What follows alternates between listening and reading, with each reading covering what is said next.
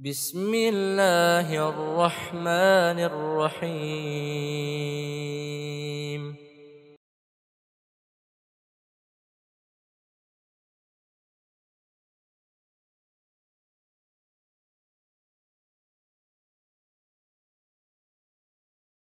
Pertanyaan pertama berkaitan dengan apa yang disebutkan acara kemudian bacaan-bacaan di Arba Mustamir bulan Safar di Rabu terakhir.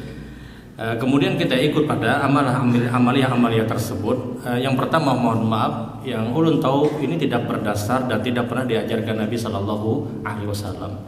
Tidak ada bacaan-bacaan khusus, tidak ada keyakinan apapun pada hari Rabu terakhir di bulan Safar. Bahkan Nabi menyebutkan la safara, tidak ada keyakinan apapun kata Rasul Shallallahu Alaihi Wasallam. Tidak ada bala, tidak ada musibah apapun yang diyakini, karena musibah bisa terjadi kapanpun, bahkan di bulan Ramadan pun bisa terjadi.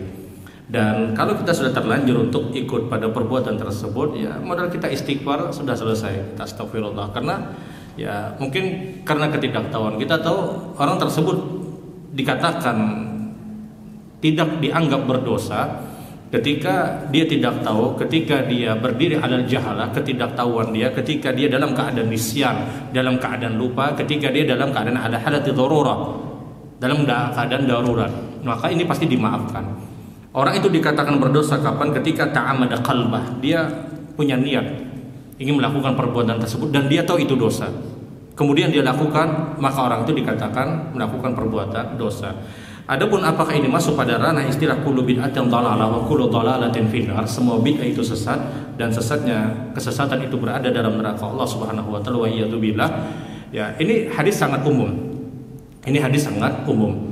Maka perincian yang kata para ulama adalah diantaranya pertama jelas kebid'ahan yang berkaitan dengan akidah, itu pertama yang disepakati. Kebid'ahan yang berkaitan dengan akidah, maka ini yang mendapatkan ancaman.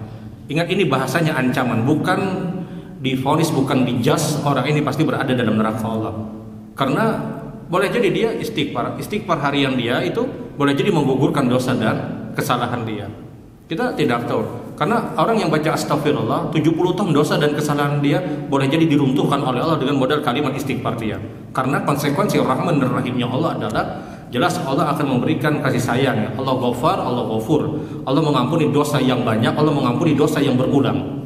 Sehingga bahasa Ghafar, bahasa Ghafur itu disebutkan juga di dalam Al-Qur'anul Karim. Karena manusia sifatnya dia punya dosa berulang atau dia punya kesalahan yang banyak, sehingga Allah Ghafar dan Allah pun Ghafur.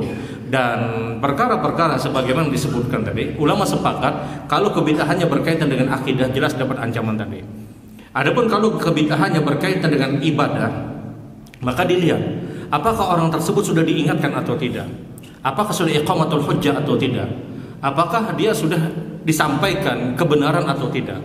Kalau dialah orang yang sudah disampaikan kebenaran kemudian dia enggan untuk mengambil kebenaran tersebut, boleh jadi dapat ancaman tadi. Dan boleh jadi orang ini pun akan diampuni oleh Allah Subhanahu wa taala. Jadi tidak bisa kita untuk menjas, untuk memvonis bahwasanya oh ini langsung neraka sudah, tidak. Itu bukan hak kita. Benar memang ada ayat-ayat Al-Qur'an, ada hadis-hadis Nabi Shallallahu Alaihi Wasallam. Tapi kita juga harus berhati-hati, bukan tasaruh, bukan tergesa-gesa, bukan kita ta'ajjub, bukan tergesa-gesa untuk menghukumi perkara-perkara yang sebagaimana yang disebutkan tadi. Jadi banyak sekali rentetan yang dijelaskan oleh para ulama. Kemudian perkara yang selanjutnya kata para ulama, ancaman hadis tadi adalah ancaman bagi orang yang menyebarkan perbuatan bid'ah. Ancaman bagi orang yang menyebarkan perbuatan bid'ah. Dia sebarkan perbuatan bid'ah. Dia tahu ini perbuatan bid'ah kemudian diajarkan orang lain, maka dia masuk pada ancaman sebagaimana yang disebutkan. Nah, orang yang muqallid, orang yang hanya ikut-ikutan, masalahnya apakah dia sudah iqamatul hujjah atau tidak? Sudah disampaikan hujjah atau tidak? Kalau dia belum disampaikan, boleh jadi perbuatan tersebut berdiri karena ketidaktahuan dia. Dan dia benar akan dihukum karena ketidaktahuan, karena dia mungkin tidak berusaha. Tapi kita tidak menjas, tidak memvonis bahwa ini masuk pada dalalah, kemudian dia masuk pada kesesatan, kemudian berada dalam neraka Allah Subhanahu wa taala. Begitu panjang penjelasan pendapat para ulama berkaitan sebagaimana yang disebutkan. Ya kalau sudah terjadi sudah istighfar, astagfirullahaladzim. Kita istighfar, kita tahu ya sudah selesai, dan konsekuensi Allah Maha mengampuni. Ketika hamba itu beristighfar, Allah akan ampuni. Kata Allah, fa ana la ubali, aku tidak peduli berapapun dosa yang dia lakukan, selama dia istighfar aku akan ampuni. Engkau datang, kata Rasul sallallahu alaihi wasallam di dalam hadis qudsi, ada seorang hamba dia punya kesalahan memenuhi langit dan bumi, selama dia minta ampun aku ampuni, kata Allah. Karena innallaha, Allah itu Ghaffar, Allah itu Ghafur. Kita punya Rabb yang Maha Pengampun. Kita punya Rabb, sebanyak apapun kesalahan kita, khususnya hubungan kita dengan Allah, kita mudah untuk mendapatkan ampunan dari Allah Subhanahu wa taala. Wallahu a'lam.